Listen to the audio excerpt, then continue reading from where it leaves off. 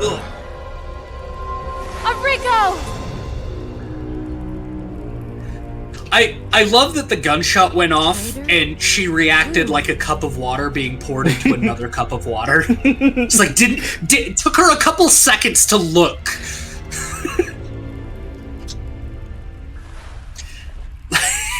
Jesus Christ, Jill, how did you become law enforcement?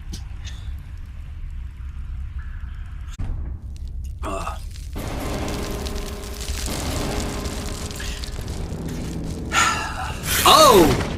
Joy. Uh-oh, it's Big Spider. It's... Oh, I thought she just instantly killed you. I was like, cool. Well, that was short. Oh, there's more than one. Cool. That's good. Wow, The a survival knife. knife. What have you got there? A knife! No! No! Yes! Boys owned. Yeah, I don't trust anything that takes a 12 gauge to the face and doesn't die. I've never, like, for all the trouble that I got into and out of as a kid, what is it you keep saying, honey? I feel bad, I keep forgetting. You both experienced and inflicted chaos? Yes. For all of the chaos that I experienced and inflicted, I've never actually thrown a Molotov cocktail. Nice call. Yeah, fair enough. That's actually a pretty good one. But as that occurred to me, I started brainstorming, like, okay, you know, glass bottles, not that hard to get a hold of. I could confuse some other motherfucker by doing a 96-cent transaction at the pump. You know, like, I started sort of thinking through the logistics of this. And I'm thinking, like, okay, there are a couple, like, abandoned Kmarts or, like, empty parking lots or whatnot that I could potentially go huck this Molotov cocktail into. Because, like, I don't want to burn a building down. I'm not here to do property damage. Fair enough. And with that, I sort of acknowledge, like, okay, there's not exactly a way for, like, if I get caught by a police officer or, you know, a goody two-shoes. Put your hands up, please.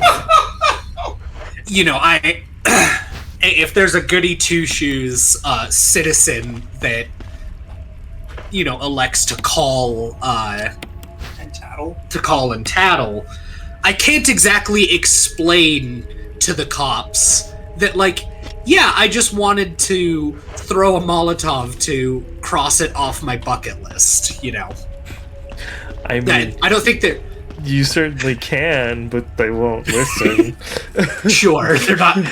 My lawyer is going to arrive pinching the bridge of his nose, going, you said what? Rotate. Get rotated, idiot. Get rotated, idiot. Talking to my lovely Margaret during this time, talking about how I've never thrown a Molotov, and say, don't start. And I sort of inhale to, like, pause and collect myself to say, like, I'm getting to my, like, thought process. I'm getting towards my point, and I'm not actually intending to throw any Molotovs. Then Margaret finishes without me. And I fucking lost it. Like, you're perfect. Like, this is why I married you. Yeah, that's the only reason. Yep. Start brainstorming through it, and I think, okay, there are, like, those hatchet throwing places, right? Or the rage rooms, or whatever. Mm-hmm. There are venues that sort of allow you to do activities as such. what would it actually take, so to speak? A, concrete building, right? Like, big ol' kind of plaza, and get people to like sign waivers, and maybe as like a fun date night, you and your hometown girl just go and throw a couple Molotovs like for your movie, right? Okay, as far as getting like the building, that doesn't sound terribly difficult. As far as getting a lawyer to like draft up a limited liability waiver, like that part doesn't sound terribly difficult. And then it dawned on me that there is one insurmountable hurdle that is probably the reason a Molotov throwing date night place doesn't exist. Wait, tell them what I said before you got to this part. I put that forward, and Margaret's like, yeah, that's just a premium experience at a rage room. And delivered it so cleanly and dryly, because I'm just over the phone with them at the time. I'm like, wait, for real? Basically, the way I heard it was like, Dave, you idiot, this is a thing that already exists. Like, you don't need to think through the whole logistics of the business. So after that whole exchange, because I'm like, are you serious? Is this is this an experience that you can actually go get? They're like, no! I'm fucking with you. But the insurmountable hurdle, right? The thing that I realize is the reason that a business like this probably doesn't exist is a simple little thing called a fire marshal. Because the walls could be made of fire extinguishers, but I don't think there's a single fucking fire marshal in this country that will look me in the eyes and be like, yeah, green light, go ahead. I think you're being pessimistic. Barry? I am. It's like, oh, well, see ya. I guess Barry's just like, see ya. It's just like, anyway, bye. I got fucking better places to be. Oh, what is this? Ooh. I'm glad that crushing the box didn't just crush this as well. Oh wait, actually it did. Oh, it did. Cinema sins ding.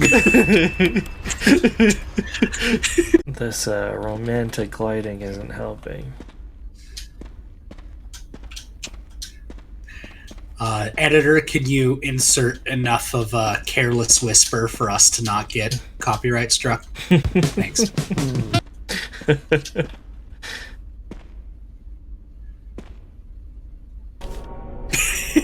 Barry's photograph. His family. Wait, why is his family? Yeah, why is the second I capitalized? Hang the fuck on. This is the photograph that fell out of Barry's shirt just before he ate shit. So he calls me back, and the conversation went something like this, with him saying, hey, my phone's about to die, but boop, boop, boop. And I'm fucking curled over in the parking lot of this mall, just beside myself with laughter. So I'm just like, yeah. Thanks. Appreciate the heads